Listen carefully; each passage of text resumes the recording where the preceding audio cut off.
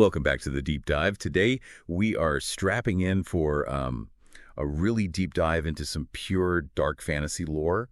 We're going to be charting the territory and, the power players of Westeros. Right, a region known more infamously across the realms as Conjuro's lands. Exactly. And this is, it's a remarkable stack of sources we have here because we aren't just sketching out the geography of some cursed land. We're actually tracking two completely different, you could say, disparate forces. And their paths are set to intersect violently. Very violently. We've got a detailed roadmap covering everything from, ancient generational damnation all the way up to immediate, highly specialized tactical deployment. So that gets us to the core question of our deep dive today. What happens? What is the inevitable consequence when an ancient, corrupted bloodline, one that literally thrives on cosmic chaos? Mm-hmm. What happens when it crosses paths with a trio of heavily armed operatives known only as the Death Hunters? It's a collision course. It really is. We're following a high-stakes diplomatic mission that's running head-on into a high-octane tactical insertion. And both are heading straight for the same place, the strategic free city of Grande Friesen. And what's so fascinating here is just understanding the sheer environmental and, metaphysical weight of Westeros itself. Right. It's fundamentally defined by lawlessness. It's shrouded perpetually in this dark energy. It's the place you go if you're an outcast, if you're banished. If you believe in survival of the strongest, this is your home. But the timing is key here. The timing is critical. Our current timeline finds it in a temporary, almost unnatural state of peace, and that's largely due to the efforts of the current House leader. Which sets up this perfect duality for conflict. Yeah. You have this deep-seated historical corruption in the soil itself versus a current, maybe strategically imposed moment of order. Exactly. So to understand the collision, we need to track both. First, there's the diplomatic convoy led by the head of House Conjuro. And second, the deployment of the Death Hunters, Marcus, Simon, and Vance. So let's start by establishing the real terror of this region. The environment of Westeros, it isn't just unpleasant, it's physically hostile. The sources describe a landscape almost designed by dread. How so? You've got land perpetually shrouded in these ominous, low-hanging storm clouds. There are sharp, treacherous ravines that just utterly dwarf this area they call the Badland Fingers. Even the nice parts are bad. Exactly. Even the meadows, which you'd think would be beautiful, are speckled with this thick, menacing overgrowth. The land itself is oppressive. It sounds like the landscape itself is actively trying to repel you. And this physical feeling, it feeds a spiritual one, right? The idea that dark energies are just seeping out of the land. Precisely. This localized dark energy gives rise to some genuinely terrifying lore. Yeah. You hear these tales of powerful beings like Deathwalkers and Night Stalkers, and there's this widespread belief that demons are actively building an army of the Formless, this non-physical spiritual host for the Dark Lord Conjuro. The Formless. That term is key, isn't it? It is. They represent a kind of existential threat because they bypass all conventional physical defenses. You can't build a wall to keep them out. You can't fight them with a sword. They are pure spiritual malice. That really contextualizes the level of threat House Conjuro commands. But there's this incredible political detail tucked into the lore. Even the mythical, impossibly grand empire of Agartha. They're wary of these lands. Yeah, they treat it like a metaphysical quarantine zone. And yet they still maintain diplomatic correspondence there, who somehow find sanctuary. And that nuance proves the power that House Conjuro holds isn't just military or magical, it's geopolitical. The central point of power is the Conjuro estate, which dominates the westernmost tip of the region. And life there is bleak. It's brutal. It's regimented, defined by near-slavery conditions. The sources say only the whimpers and shrieks of the subjugated echo through the alleys. And the demand from Lord Conjuro is simple. It's crystal clear, complete and lifelong servitude. And your worth is measured only by your skills or your powers. Nothing else. Which sets a terrifying foundation. So we have to dive into the figure who forged this whole system. Conjuro Fey Akuma, the founder. His titles tell you everything. They really do. Master of House Conjuro, the Dark Jester, the Grandmaster Prankster, and maybe most chillingly, leader of the Formless. His significance is, well, it's world-shaping. Fey Akuma is the only known human who was successfully turned immortal and then went on to establish a Dark Immortals house. He was a major player in the Shadow Wars. Instrumental. He enabled atrocities and was one of the few beings who could hold back the forces of cosmic order, specifically the Architects and the Sion Trinity. And just for context, the Architects and the Sion Trinity, these are basically the foundational forces of creation and light in this universe. Right. So Feakuma is essentially the highest-ranking, most successful servant of darkness, dedicated to undoing all of that. And this is where the lore goes from history to, like, foundational cosmology.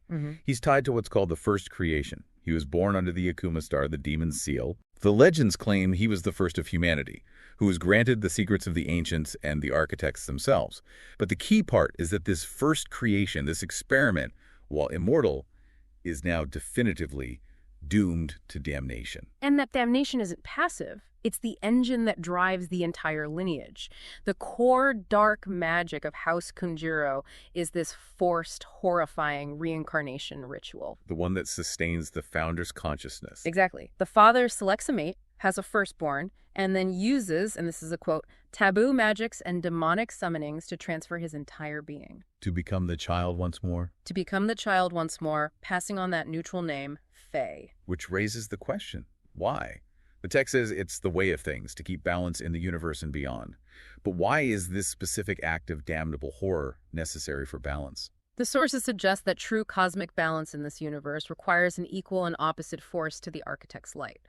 Feakuma isn't just some powerful warlord, he is the designated counterweight. The embodiment of chaos. The ultimate chaotic principle. And the ritual ensures that the raw, original evil consciousness, that foundational damnation, is never diluted or lost. It guarantees the eternal, terrifying stability of the dark side of creation. That puts a chilling philosophical context on everything.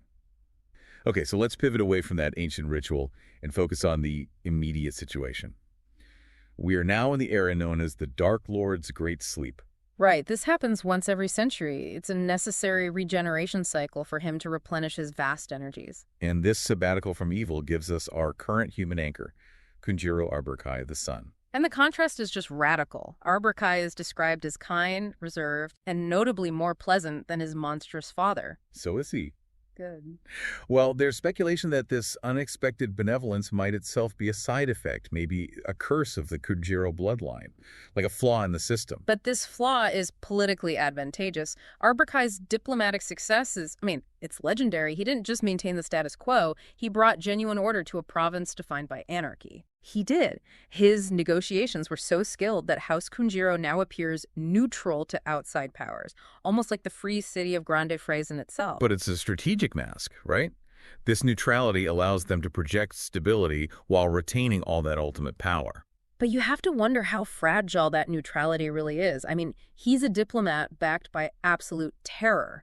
To maintain this delicate order, he masterfully commands the primary agents of the Formless. The Shadow Men. The Shadow Men, fiercely loyal retainers to the clan. And the nature of the Shadow Men makes them the perfect tool for this kind of stealthy enforcement. They're mostly energy, basically black smoke given direction. Which means they are almost impossible to detect or track. They operate in the shadows, and they only become visible for that split second required to strike. They're the antithesis of a standing army. And Arborkai has an immediate, pressing use for them. His current mission is a journey to Grande Fraise because he's detected disturbances in the underground. Specifically from what he dismissively calls pesky dark casters. He sees this as a minor disruption to his carefully managed chaos. So he quickly assembles in a way team guards and counselors, and the convoy sets out. Okay, so we have our first track heading toward the neutral city. A diplomatic team trying to stabilize things, backed by unstoppable non-physical assassins. A delicate balance indeed. But running parallel to this fragile peacekeeping mission is the second track, the arrival of the Death Hunters. And this trio is less concerned with diplomacy. Far more concerned with ending problems. Permanently. Exactly. So let's shift focus now to Marcus, Simon, and Vance gearing up for action. To understand the sheer firepower they represent, we have to start in Simon's domain. Simon, their crazed weaponsmith. And his workshop is described as his personal Shangri-La. It really is. It's the physical manifestation of paranoid preparedness. It's concealed behind a simple desk and a keypad, but inside. It's an arsenal. It's an arsenal. Decked out with weapons, strange relics, ancient magic tomes, and so much ammunition that Vance commented you could literally arm a small troop with what he keeps stocked. which tells you what they expect to face. They're not hunting common bandits. Let's look at the specific loadouts. Marcus selects a pair of rune-etched revolvers and blessed ammo. But most critically, he grabs a specific Simon J. Romero specialty: the holy bullets. Holy bullets. The need for specialized blessed and holy bullets implies their targets are high-level supernatural entities.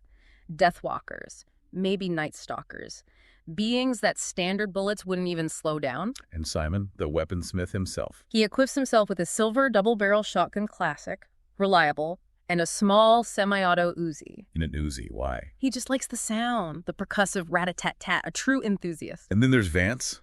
He is described simply and chillingly as a soulless vampire deathwalker. His weapon of choice is a black, long-barrel Desert Eagle. He needs that raw power, and given his condition, he can handle the immense recoil and energy draw without the repercussions a normal human might suffer. So their gear isn't just high-powered. It's technology forged, specifically to counteract dark magic and immortal threats. But the key piece of equipment, the one that gets its own chilling origin story, is the Crimson Thorn, the dagger Vance claims. Tell us about this biotech weapon. What makes the Crimson Thorn so distinctive? It is a dark technological masterpiece. Visually, it's got a crimson red blade, a serpent's head for the guard and pommel, but its power mechanism is insidious. It drains energy. It drains energy, specifically sapping the user's vitality until that stored energy is unleashed in a single focused attack.